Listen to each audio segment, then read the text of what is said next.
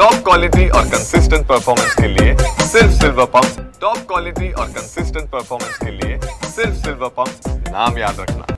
भारत पाकिस्तान युद्धाच्या पार्श्वभूमीवरती तुर्कस्ताननं पाकिस्तानाला दिलेल्या पाठिंब्यामुळे संपूर्ण देशात तुर्कस्तानच्या विरोधात जे आहे ते आंदोलन आणि ठिकठिकाणी त्यांचा निषेध जो आहे तो व्यक्त करण्यात आल्याचं आपल्याला पाहायला मिळत होतं।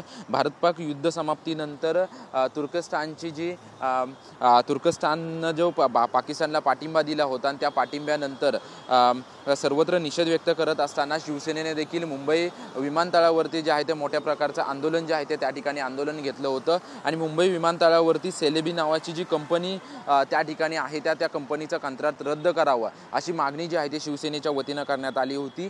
देशभरामध्ये एकूण 8 विमानतळ कंपन्यांमध्ये सेलेबी नावाची ही कंपनी जी आहे ती विविध सुविधा पुरवत असते आणि या संपूर्ण सुविधा ज्या आहेत त्यांचं कंत्राट रद्द करण्यात यावं असं मागणी जी आहे ते शिवसेना शिंदे गटाच्या वतीनं करण्यात आली होती। त्यांचं मुंबई विमानतळावरील कंत्राट रद्द केल्यानंतर शिवसेनेच्या वतीनं जे आहे ते कलानगर बांद्रा या ठिकाणी बॅनरबाजी करण्यात आल्याचं आपल्याला पाहायला मिळतंय। शिवसेनेच्या आंदोलनाला यश अशा आशयाचं बॅनर जे आहे ते या ठिकाणी लावल्याचं आपल्याला पाहायला मिळतंय।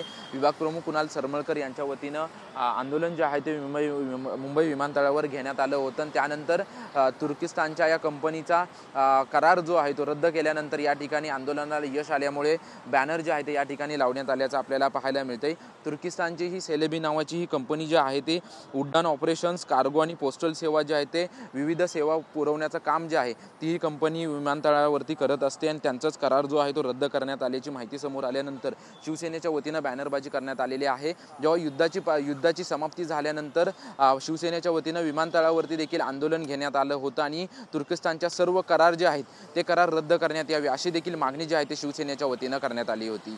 कॅमेरामन नागनाथ शिंदेसह निवृत्ती बाबर, TV9 मराठी, मुंबई।